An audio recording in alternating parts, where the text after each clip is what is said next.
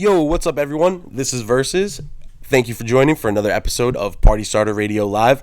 I'm joined today by the G House legend, Wax Motif.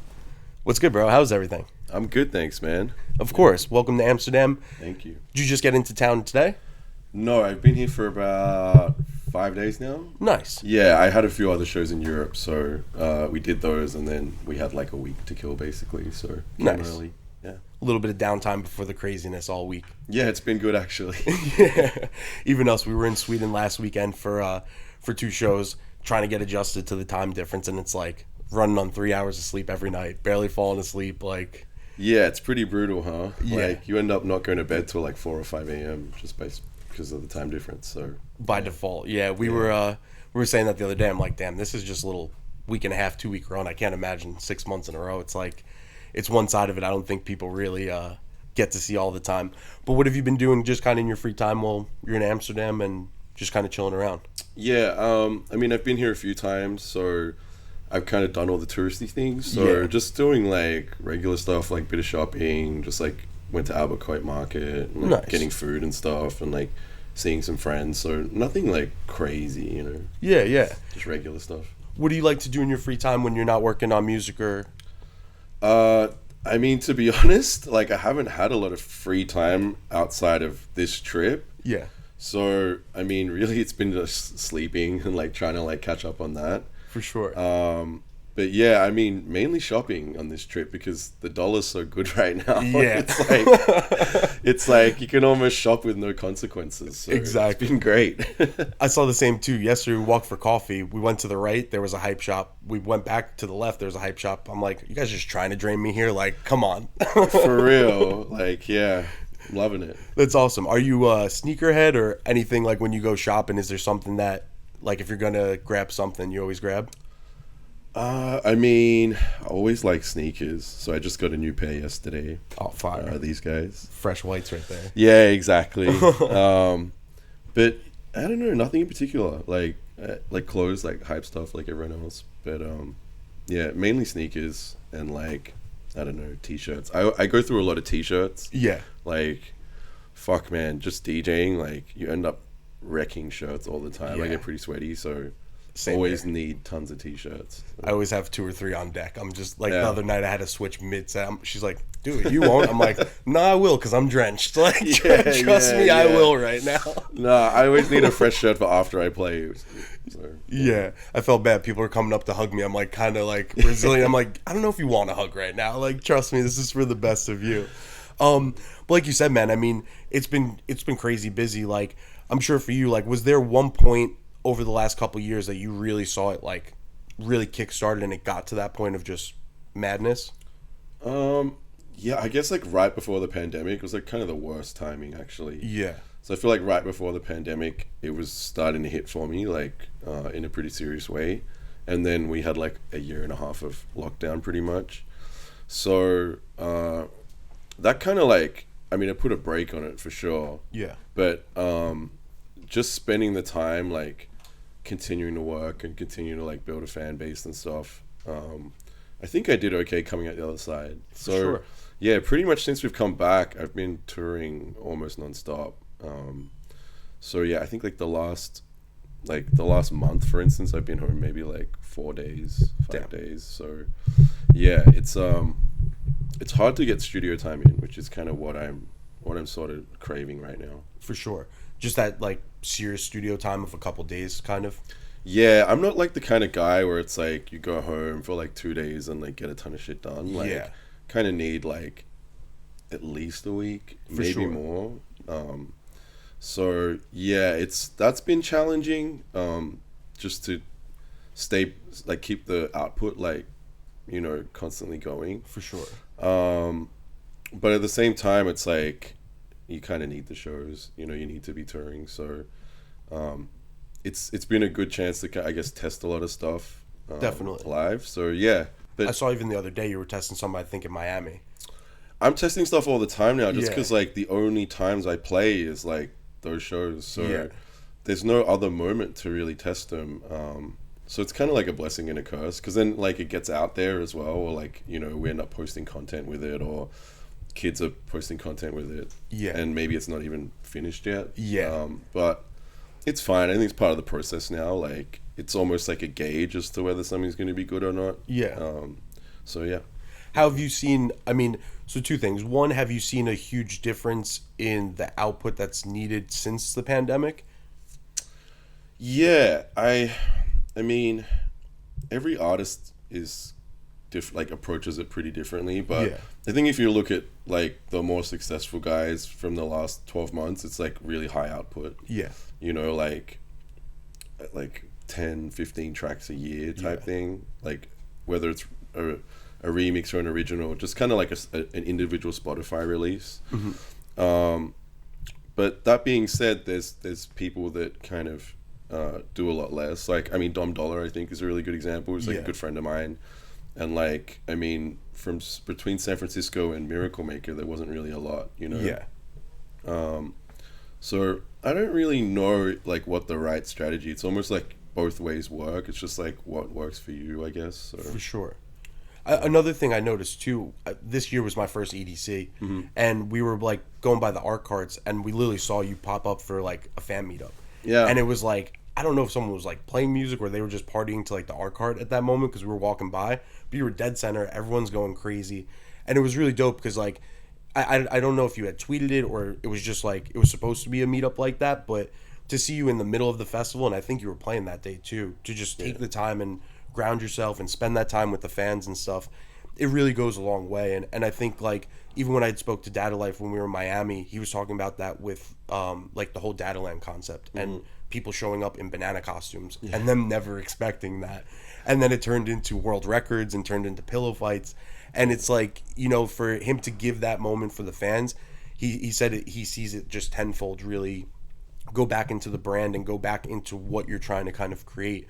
So is there something like when you go to cities, is that something you do a lot, or do you kind of just spontaneously do some stuff like that? No, we do that stuff a lot.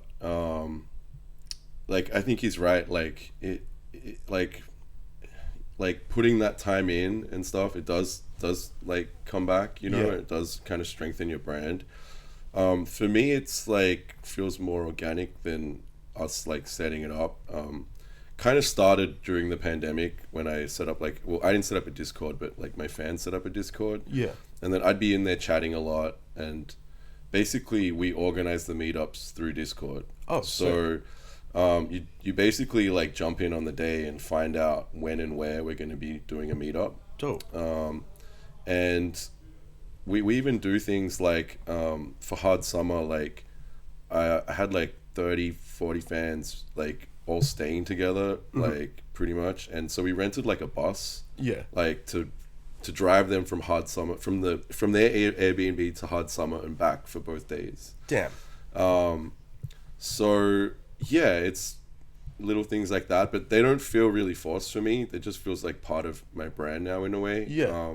So EDC, for that one, it was like I just played the art car, and my art car sets are kind of I mean, I think people get more hyped to see my art car sets than the main sets sometimes. And yeah, because of that, we knew like almost everybody there was there for me, so we organized the meetup for right after. But yeah, we do that now at almost every major event, which is cool. It's awesome to see. And like I think at the end of the day too, just like even for me, you know, as an upcoming producer, we've talked about that with a couple other guys where at first, you know, you get intimidated like to meet some people, and you know, you get nervous when you're first meeting them and stuff. Like I said to you before, I'd met you a couple years ago when we were in LA, and I think we actually were out for Tommy's birthday at the time. So it was like so many people. I just moved there. I knew Tommy, I knew like the Phoenix Paul boys, and then it was like I think you, Henry Fong, like a bunch of people were outside like just smoking for a second. You guys were just so chill, you know. And like I'm sitting here, I'm like, damn, I don't have a fucking release. Like I'm just like hoping to be in, like I don't even know what the context was, but I remember walking away and being like, dude, I play these guys' records all the time. Like I look up to these guys, and here I am in like West Hollywood outside a bar just bullshitting. And it was like, it was super cool to like, I don't know, it kind of like brought that filter down. And you know Tommy too, like he's one of the goofiest, funniest guys when you get to know him. But like even just in general, you know, like he takes the time. Like I think every show I went to in LA, he had fans come into the green room, and they got the flags, like everything for him. So it really goes a long way. And I think right now, like one of the big topics we've gone, even just with my management team, but with other artists too, is how important the branding is now, and having that combination with the music. But it's like, well, how do you really build like something that's tangible as a brand? So it's not just the wax brand, but it's this whole world. And with your visuals, with the label, like it really feels like that. And like I feel like for me personally, from an outside perspective, I feel like the Tokyo EP was kind of like going in that direction, and really started to be like, yo, this is me. This is where I'm going forward with like my sounds, like you said, maybe even something a little familiar at first for people to recognize and stuff. What's been like your process with like developing that, and like your inspiration for kind of your brand in general? It's, I mean, it's kind of like a progressive thing. Like it was never like I kind of sat down with a plan and was like, this is what it's going to be. Yeah. Like I'm still growing as a person, as an artist, and like the scene's changing all the time. So, I mean, at that point in time, it was really like, okay, I want to release with my friends, and my friends are kind of running like the hottest labels at that moment. So like Confession, Night Bass and stuff. But it just kind of felt natural. Like me and AC and Laws and Jack Beats and Taiki, all those guys, like we're all friends, like outside of music, or not outside of music, but like I think we'd be friends anyway. Like someone like AC, he's known me for like since I lived in Australia, and like really wasn't doing anything like as a DJ, and we'd been friends all that time. And then when he started Night Bass, it just kind of made sense in a way. For sure.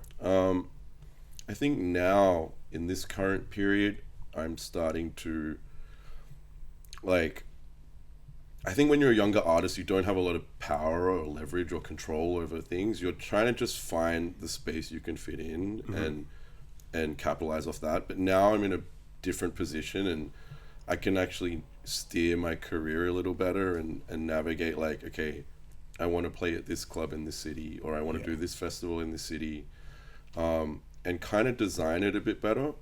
But at the start, it was really just like, I'm trying to get on, you know? Exactly. And I think that's the main thing for everybody, is getting like that first initial breakthrough moment. Yeah. Where they start actually getting, you know, a really solid fan base, and they start doing like headline shows for themselves.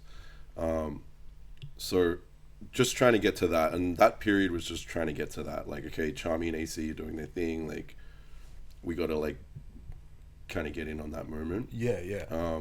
But now, like I said, I feel like I have a lot more control. So like, for instance, this past year, we were offered like Lollapalooza in Chicago and Arc Festival. And obviously Lolla is like commercially a much bigger look and a play, but I want to do more like house and techno stuff. So I was like, I'd rather pass on that and play at Arc, which is a much cooler one. I'm not, cool is a bad word, but like it's more underground, you know? And kind of starting to steer my brand a little more like that, like having more control over like, okay, it's not the end of the world if I miss that play. Because I'm now like consciously like making these decisions. And it actually worked out pretty well. So I mean, I played on the same stage as like Vintage Culture, Adam Bayer, Gorgon City, which is like all the music I love. And then we're actually like talking again to Lola about doing something next year. So it's like it's almost like it helped in a way, you know, like for sure. We interrupt this episode to make sure you guys like the video, subscribe to the channel, and let's get the party started. Back to the episode.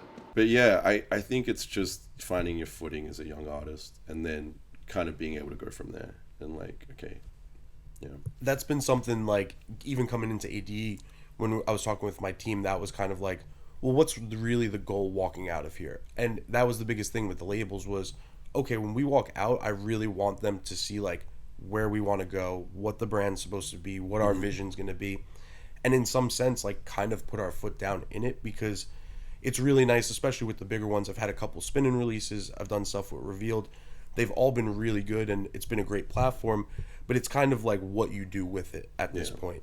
It's tough because there's a lot of music and the industry's developed, but it's just not the same way as it was like 10 years ago, you know, where Yeah. you had that one big one on that label and it just at least got you on that platform. Like, Yeah. you know, and Yeah. took that step up. So that's something too where even with the podcast, it was something I wanted to do. I have fun. It's content as well.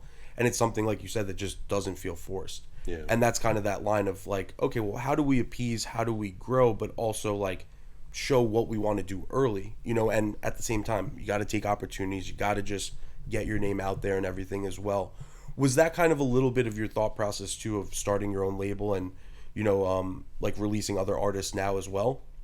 Yeah, I think that's part of the control thing for me. Is like before we had our own label, you're just kind of waiting a lot for other people's schedules and like waiting for feedback and waiting for this and that. And part of that was just having more control over my own music rollout and also being able to like retain like more of my masters. Like I'd given so many other labels like so many millions of streams. That I was just like, well, why don't we just try and like retain some of it for ourselves? So since we started doing that, it's actually been great. Like, you know, having the power to go, well, I want this out in 2 weeks, you know, and like we're out in 2 weeks, and like, it's kind of like it's a fast moving game. Definitely. So if you kind of taking too long on things, you can kind of miss certain moments or miss the mark on things. And just having that control is really good. But also, like you said, being able to release stuff that I like and I believe in that doesn't have a home, and being able to support my friends or other artists has been really good. That's awesome. And is there, like, would you say right now with Divided Souls, is there any artist that you've already released or you're looking forward to release to kind of look out for right now? Yeah, there's a ton. So we have a young dude called Color Sick who's really good. He's been releasing with us for a while. Awesome producer. He's actually like also like a really highly ranked tennis player. Oh, damn. So it's hard for him to just spend full time on his career right now because he's like nationally ranked in tennis. But we have some stuff from these Brazilian guys, Doug and Greg, like odd names, but I thought that was just their regular names. Like no, Doug and Greg. Their artist names. One's Doug, the other one's Greg. Yeah. But all the Brazilian stuff's kind of going off right now. Yeah. I mean, it has been for a minute, but I just don't think like the West really caught on as much. For sure. And now you see like Vintage Culture's crushing it, Mochak's crushing it, and like Beltran has the new one on BB's label, it's crushing it. But yeah, they have such a big market. It's kind of like the Bad Bunny effect on pop music, where it's like he streams so much more than any other artist from the West. It's like crazy. So just tapping in more over there, seeing like how big their fan bases actually are and like how far music goes over there. So we picked up like a Greg track for November. We're releasing a Doug track in December, and I mean it's not like overly produced music. It's pretty simple stuff. Yeah. But I think that's what's kind of like nice about it. For sure. Like, you know, it's kind of like the early G house stuff. It's just bass lines, drums, like some vocal cuts and stuff, and just I don't know. It's the kind of stuff I like. You know, it's like I've always liked that stuff, so it makes sense for me. But yeah, I'm looking forward to that stuff. Who else? We got we got Shahe, this dude out of Poland, Fire. who is making some really gnarly stuff. So it's just interesting. It's almost like Phlegmatic Dogs meets like a bit more warehousey vibe sort of stuff. Sick. So really cool. I'm not sure what else, but we've done a ton of good releases. Like we had Sanpacho this year, who's really dope. We had Killed, who's part of Bellacore. So yeah, there's a lot, and I'm just looking forward to signing more. Really, that's awesome. Well, I got to send you a couple for sure too. Yeah, definitely. Especially with the Brazilian stuff. Is there any advice for upcoming producers or artists looking to release on your label, like to keep in mind? Maybe don't send me the things you think I'll like. Yeah. You know what I mean? Like, but I don't know. It's nothing in particular because I feel like everybody's not like I feel like a few years ago everyone was down to just copy whatever was hot. Yeah. And now I think nobody wants to copy it. Well, I mean, okay, maybe not because of the A craze thing. And everybody tried, but like, it's getting better with people realizing I need to kind of like find my own lane for sure, and that works much better. But yeah, I think like don't overcomplicate the music. You know, like it doesn't need 100 different sounds and things going on. I think like keeping things simple is it's always worked for me. Like for sure. my biggest tracks are pretty fucking simple, and I just try and stick to that kind of ethos. And if I play it in my sets, it's usually a good sign. So definitely, that's I have like an artist development platform where we do daily feedback streams, we do like workshops, and that's like one of the biggest pieces of advice. Like when I'll break down a record, they'll be like, all right, like, can you do the revealed one? It's like, it started with the bass line. Added some tops. I got a vocalist. Let him run for 16 bars. Like, if you have a strong idea and you build around that, like you said, then everything else should really be that ear candy and that, like, signature sound that you're bringing to it to fill everything in. The idea doesn't have to be so extensive, or you don't need to be classically trained to write a great record at the end of the day. Yeah, you don't. I actually think it can be a detriment sometimes. So, yeah, it's more like, I mean, we make club music, so like, I'd say like test your songs. It's probably the best advice. Like I know not everybody has shows that they can test their stuff. Yeah. So it's maybe like not the greatest advice, but play it in your car, play it for your friends, like play it on your laptop. Yeah. Do as much as you can to take it out of the environment you made it in and see how it goes in another context. For sure. I say that all the time. I'm like, you know, as producers, especially that we're in the community, everyone's always thinking that like, okay, well, we're in our studio, we're on speakers, but if you're just talking to normal fans, like how many are sitting behind studio speakers digesting the content anyway? Yeah, none. You know, it's always earpods in the car, on your phone, on your laptop. So like for me, like especially when I start ideas, I like to just sit outside, have a smoke with my coffee in the morning, start something in an hour, and it's like, if we're sounding pretty good here, I know when I go upstairs and plug in, like, then we could really dive into the mix, but focus more on getting something cool and something that is strong enough to spend the rest of the day on, instead of sitting here right away being like, it's my 808's this, you know, and thinking too much critically.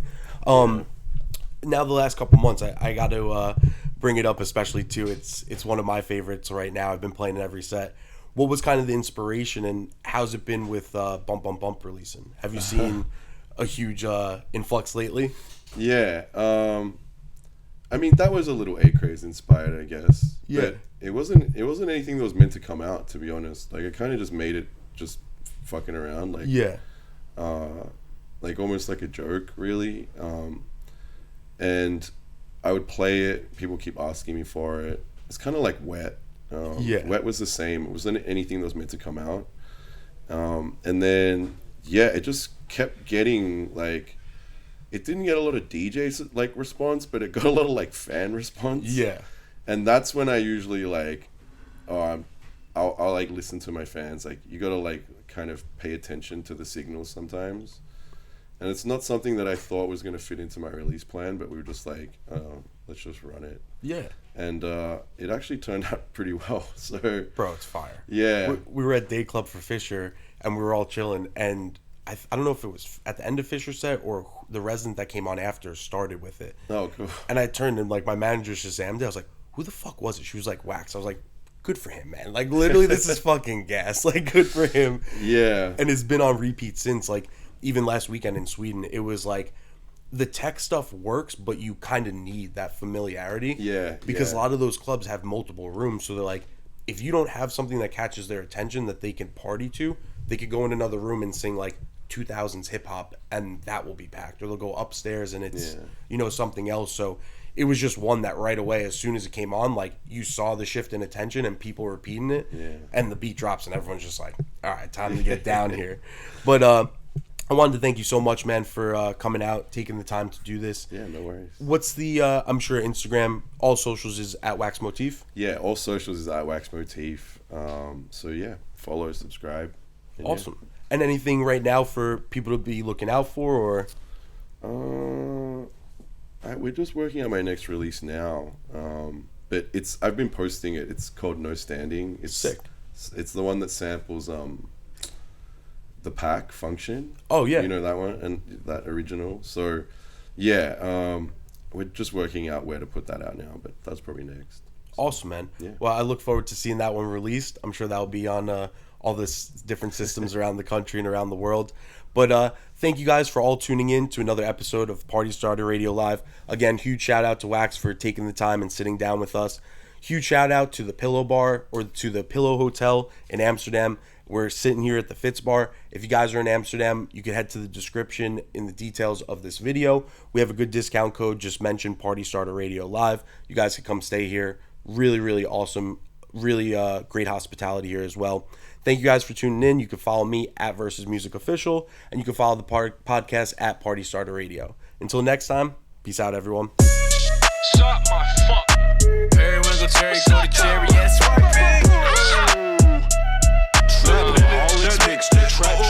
yo, what's the business? Looking kinda suspicious. Why the fuck you wearing Abercrombie brown to bitches? Gotta run her knees, think I'm Jesus.